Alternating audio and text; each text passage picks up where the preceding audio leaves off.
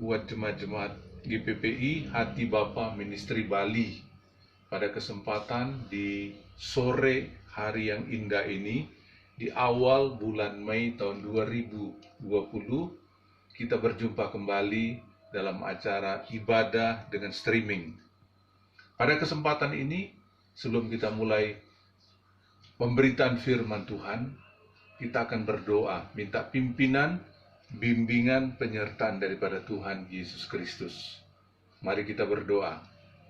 Terima kasih Bapa di sorga, kalau pemberitaan firman-Mu pada hari Minggu sore hari ini Tuhan, di awal bulan Mei 2020, di mana kami yakin dan percaya Tuhan, setiap pemberitaan firman-Mu bukan menurut kehendak sendiri, bukan menurut maunya sendiri, bukan dengan akal pikiran 100%, tapi hamba minta pengurapan daripada Tuhan, hikmat, marifat daripada Allah, sehingga setiap pemberitaan firman-Mu, Roh Kudus-Mu menerangi, membukakan, menyingkapkan tabir-tabir rahasia kebenaran firman-Mu, supaya pemberitaan firman-Mu ini Tuhan benar-benar dimengerti dan ditanam ke dalam hati dan pikiran daripada setiap umat-Mu yang mendengarkannya, sehingga hati-hati mereka juga Bapa dipersiapkan menjadi tanah-tanah yang subur, sehingga benih-benih ditanam itu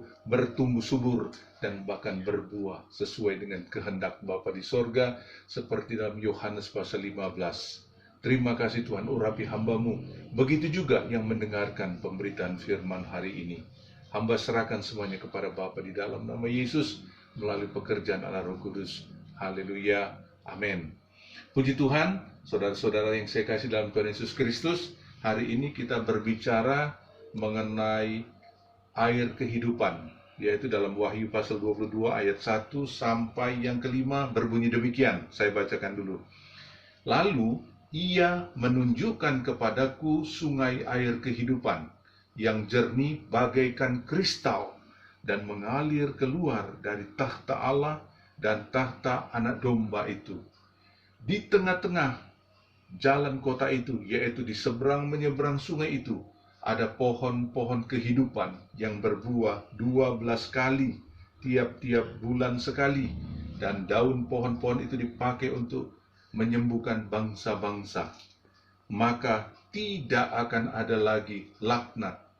Takhta Allah dan takhta anak domba akan ada di dalamnya, dan hamba-hambanya akan beribadah kepadanya. Dan mereka akan melihat wajahnya, dan namanya akan tertulis di dahi mereka. Dan malam tidak akan ada lagi di sana, dan mereka tidak memerlukan cahaya lampu, cahaya matahari, sebab Tuhan Allah akan menerangi mereka, dan mereka akan memerintah sebagai raja sampai selama-lamanya. Puji Tuhan. Khotbah hari ini kita berbicara tentang air kehidupan, yaitu ini berada di dalam Wahyu pasal 22 ayat 1 sampai yang ke-5. Ini berbicara tentang sesuatu yang menjadi impian bagi seluruh umat Kristen, yaitu tentang sorgawi, ya, kehidupan yang dinanti-nantikan. Sebab tanpa suatu pengharapan yang nyata dan jelas, semua itu membuat kita tidak berdaya. Sebab orang punya satu harapan, punya kasih, dia ingin mencapai sesuatu. Inilah yang dicita-citakan, ini menjadi sesuatu tujuan akhir daripada umat Kristen, yaitu yang percaya kepada Yesus Kristus, yaitu kita masuk dalam kerajaan sorga. Nah, di sini jelas dikatakan air kehidupan. Ya, air kehidupan itu hanya ada melalui, di sana firman Tuhan katakan, di takhta Bapa dan Anak. Air kehidupan itu sesuatu yang luar biasa yang dibutuhkan untuk menyembuhkan bangsa-bangsa, dan dia mengalir ke kota Yerusalem baru. Itu suatu kota bukan Yerusalem dunia, tapi Yerusalem dalam kerajaan Allah yang luar biasa. Jadi betapa luar biasa, betapa indahnya kalau kita masuk dalam kerajaan sorga. Oleh karena itulah, walaupun situasi saat ini sulit, ya, sulit secara ekonomi mungkin, begitu juga sulit, kita tidak bisa kemana-kemana. Kita terkekang dengan satu tujuan, supaya kita juga sama-sama merasakan tidak menulari dan tidak menjadi terkena penyakit ini, COVID ini. Itu tujuan pemerintah sangat baik sekali, kita dukung. Nah, di balik itu semua ada satu maksud tujuan. Oleh karena itu, mari saudara-saudaraku yang saya kasih dalam Yesus, mulai saat ini fokuskan, konsentrasikan pikiran kita hanya tertuju kepada Tuhan. Tujuan akhir kita tentang surga. Memang saya tahu banyak pemberitaan firman jarang berbicara tentang ini. Tapi bukan karena kita hebat, bukan. Tapi karena hikmat daripada Allah, Tuhan berikan pemahaman, pengertian tentang kebenaran firman-Nya. Jika kita memimpikan tujuan akhir kita surga, disinilah kita melihat, di sana dikatakan laknat. Laknat itu kutuk, ya, tidak akan ada lagi kalau dalam kerajaan surga. Dan tidak dibutuhkan, ya, di sana matahari, bulan, bintang, segala macam, karena Allah sendiri menjadi sumber penerangnya. Ya, matahari, bintang, Bapa, Anak itu adalah sumber daripada penerangnya. Bahkan kita melihat di sana sesuatu yang luar biasa. Allah sertai, Allah memberkati.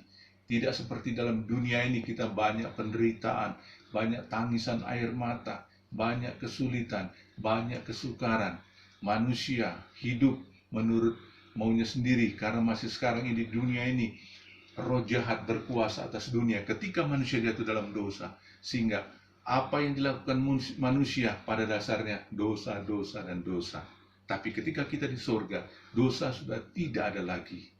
Kita diberikan kemenangan. Dan sumber dari kuasa dosa itu sendiri, kuasa kegelapan, tidak ada lagi juga. Karena semua sudah dihapus. Mereka sudah masuk dalam Gehenna, yaitu tempat penyiksaan kekal, api penyiksaan kekal, pembuangan. Jadi berbahagia kita di sana. Oleh karena itu mari Bapak Ibu, ingat, kalau kita ingin mendapatkan sesuatu yang indah dalam kerajaan sorga, kita harus mempersiapkan diri. Bukan berarti percaya Yesus selesai, bukan seperti itu. Tapi kita dituntut untuk berbuah-buah, untuk menghasilkan sesuatu, untuk mempersiapkan kita sebagai bahan bangunan kita dalam kerajaan sorga. Ya, ingat, di dalam Yohanes pasal 14 itu, kalau nggak salah, ayat yang kedua sampai ke-6, di sana itu Yesus pergi kepada Bapa untuk menyediakan tempat, bukan rumah. Jangan kita berpikiran rumah, kalau rumah sudah ditentukan, tapi kalau tempat itu hanya sebidang tanah. Kecil besar tergantung kepada kita. Allah cuma siapkan tempat di surga. Surga juga luas, bukan surga itu seperti bumi. Dia berjuta-juta kali bisa. Surga itu tak terbatas besarnya. Jadi sampai seberapa besar kita memiliki tempat di sana, itu tergantung sama kita. Firman Tuhan, bahkan ada satu kesaksian seorang hamba Tuhan, ya, ini nyata, bukan dongeng, bukan halusinasi, bukan pikiran biasa, tapi ada sesuatu yang Tuhan mau sampaikan. Memang di dalam Alkitab tidak disebutkan banyak sekali tentang surga itu seperti ini dan seperti itu, sebab kalau dituliskan tentu tebalnya bisa sampai ke langit sana. Tuhan berikan hikmat, Tuhan berikan pewahyuan. Supaya apa? Supaya kita mengerti. Oleh karena itu supaya kita bertobat. Bertobat itu bertobat total. Contoh pertobatan itu ada seperti begini, Bapak, Ibu, Saudara. Misalnya, dulu kita suka mencuri. Terus kita katakan, saya bertobat Pak Pendeta. Itu namanya belum bertobat. Semua orang bisa begitu. Kalau yang bertobat sesungguhnya, misalnya dulu kita seorang pencuri, tapi sekarang kita bisa bekerja dan membagi-bagikan berkat kita ke orang lain. Nah, itu namanya bertobat. Jadi ada satu perubahan disertai dengan buah-buah untuk kemuliaan Tuhan. Itu pertobatan yang sebenarnya yang dikehendaki Allah. Jadi Tuhan tuntut kita, kalau kita mau masuk dalam kerajaan surga, karena kerajaan surga bertingkat. Bukan seperti tanah datar, semuanya sama. Tidak, Bapak Ibu. Ini banyak memang doktrin-doktrin yang mengajarkan ini dan itu. Itu menurut pikiran mereka, bukan pikiran Allah. Bukan pewahyuan Allah, tapi menurut kemampuan otak mereka. Ini sangat berbahaya, Bapak Ibu. Oleh karena itulah, kita minta pewahyuan dari Tuhan, tentunya atas dasar kebenaran firman Tuhan. Dan Roh Kudus yang sudah menuliskan melalui hamba-hamba dalam firman Tuhan ini membukakan, menyingkapkan tabir rahasia firman Tuhan. Berbahagia mereka yang mengerti. Oleh karena itu, mari kita fokuskan hidup kita supaya menghasilkan buah-buah. Kita persiapkan tempat kita dalam kerajaan surga. Kerajaan surga itu maha luas sekali. Mulai dari gerbangnya sampai ke takhta Allah itu beberapa tahap, beberapa tingkat. Bapak Ibu Saudara yang saya kasih dalam Yesus. Memang di Alkitab tidak dituliskan, tetapi ini nyata. Kalau kita baca secara teliti firman Tuhan, disertai minta bimbingan Allah Roh Kudus, Tuhan akan terangkan pengertiannya itu. Ya. Mulai ini banyak pengalaman-pengalaman para hamba-hamba Tuhan yang benar-benar dekat sama Tuhan. Jadi bukan sekedar retorika, bukan sekedar ilusi, halusinasi, atau pikiran sendiri. Tapi ini benar-benar terjadi. Tuhan juga sudah menunjukkan kepada hambanya beberapa waktu yang lalu bahwa sorga itu bertingkat-tingkat. Mulai dari masuk gerbang, hutan, makin lama, makin jauh. Itu terus kepada di dalam hutan juga gelap. Kemudian hutan akan semakin kurang hutannya. Ada pohon-pohon kecilnya. Di sana ada satu tanah yang luas, satu gedung yang luang lebar di sana ditempatkan. Ternyata itu rumah yang cukup besar. Di sana banyak orang menempatinya. Mereka menempati satu bedeng yang besar dan luas sekali, tapi ditempati ribuan orang. Karena mereka yang masuk dalam kerajaan surga, tapi mereka tidak ada buah-buahnya. Mereka tidak mempersiapkan bahan bangunan yang menurut kehendak Allah, ukuran standar daripada Allah. Tapi ada lagi mereka masuk kepada taman, yaitu berbicara tentang keindahan yang luar biasa taman itu. Bukan sekedar taman, lebih indah dan lebih dahsyat taman daripada Taman Eden, yaitu Taman Firdaus. Mereka itu taman bunga-bunga yang maha indah, maha sempurna adanya. Di sana banyak anak-anak orang-orang bermain, betapa menyenangkan, menyukakan di sana. Kemudian masuk lagi semacam real estate. Mereka ada lagi tanah, satu bidang tanah yang sangat amat luas. Di sana dibangun, yaitu tempat-tempat yang bertingkat-tingkat, semacam apartemen. Nah, itulah bagi mereka yang imannya standar. Ya, ada tingkat 1, tingkat 2, tingkat 3, ke 4, 5, 6, seterusnya sampai ke 7. Bahkan masuk lebih jauh lagi, iman mereka semakin kuat, buah-buahnya semakin nyata. Kemudian Tuhan semakin terang. Mereka masuk pada rumah-rumah yang dikatakan real estate mewah, di mana ada halamannya, rumahnya cukup besar. Nah, di sanalah. Ya. Nah, tapi semakin lagi menghasilkan buah, semakin dekat kepada Tuhan, menyenangkan hati Tuhan, hidup dalam kebenaran Tuhan, maka mereka akan memiliki lagi tempat yang lebih besar lagi, rumah bertingkat dengan halaman yang luas sekali. Nah, nama mereka dicatat di sana, nama mereka masing-masing. Dan akhirnya mereka yang benar-benar sehati, punya hati dan pikiran seperti Kristus, punya karakter Kristus, punya hati dan kasih Bapa, mereka dekat kepada Bapa, mereka masuk lebih indah lagi Yerusalem baru. Itu adalah satu tempat kota pemerintahan Allah. Di sanalah tempat yang tertinggi, di mana orang-orang yang bisa masuk sana adalah orang-orang yang melekat kepada Allah, punya hati dan pikiran seperti Kristus, seperti Yesus, serupa dengan Yesus, sehingga mereka menempati Yerusalem baru sebagai mempelai-mempelai Kristus. Rumah mereka tentunya jauh lebih besar, lebih indah. Yerusalem baru itu istana-istana yang megah dari emas, berlian, begitu luar biasa. Inilah oleh karena itu Bapak Ibu Saudara yang saya kasih dalam Yesus, ingat pesan selaku hambanya. Kita harus banyak melakukan hal-hal yang berkenan kepada Tuhan. 7 hal.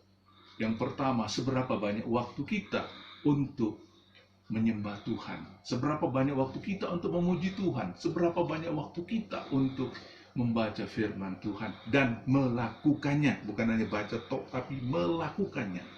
Kemudian, seberapa banyak waktu kita untuk kita bermisi, yaitu untuk memberitakan firman kepada orang-orang yang belum percaya kepada Yesus.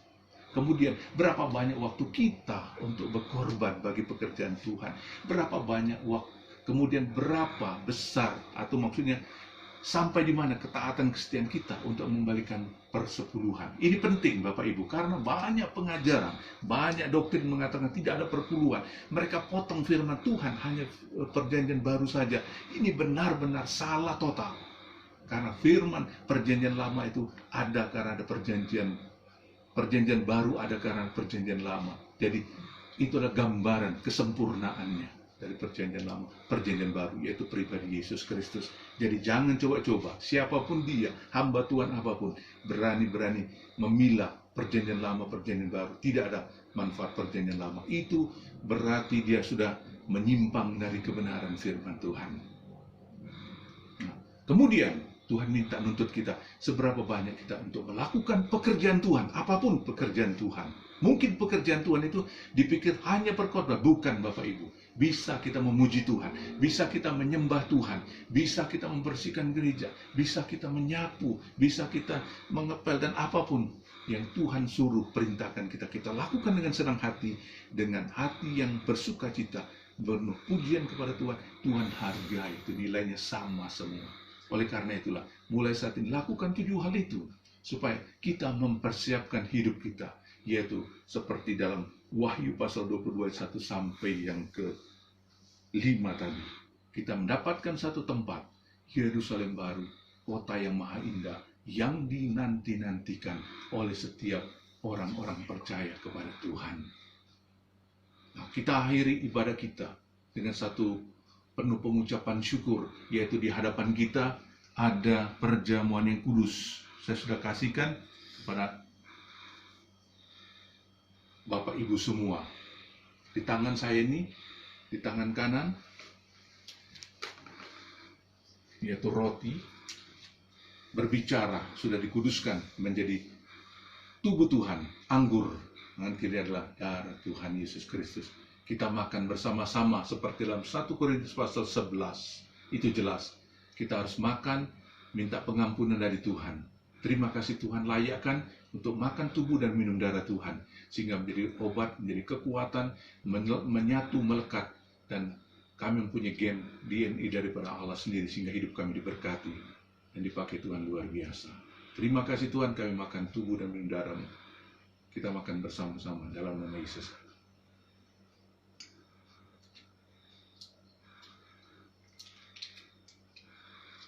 Kita minum darah Kristus.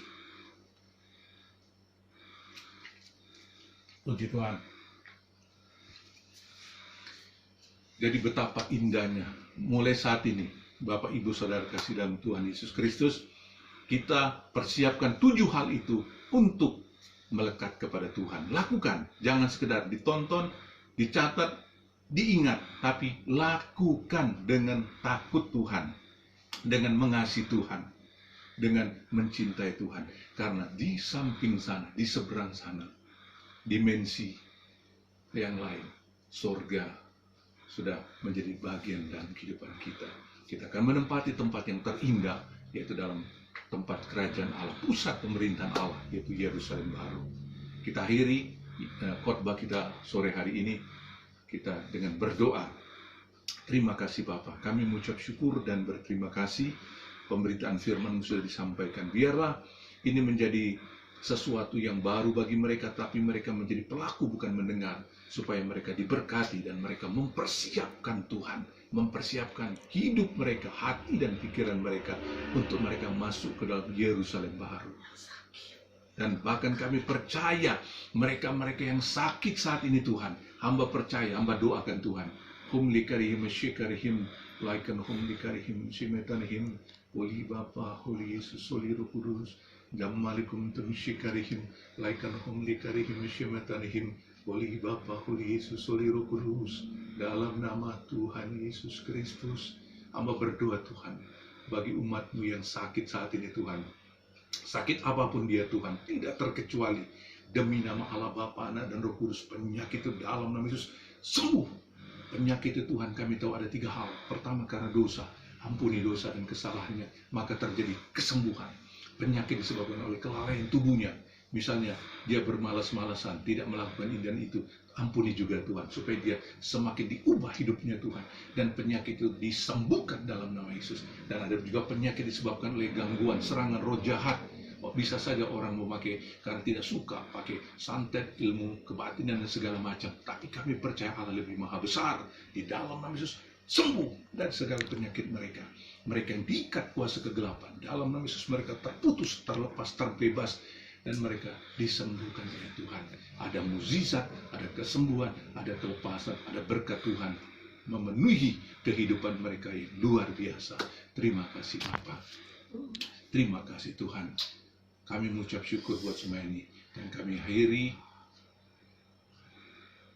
Ini Tuhan, dua-dua ini dengan satu pujian ucapan syukur kepada Bapa. Berkati Tuhan dengan luar biasa Bapa. Terima kasih Yesus. Dalam nama Tuhan Yesus, kami sudah berdoa dan mengucap syukur dan berterima kasih. Haleluya Yesus. Amin.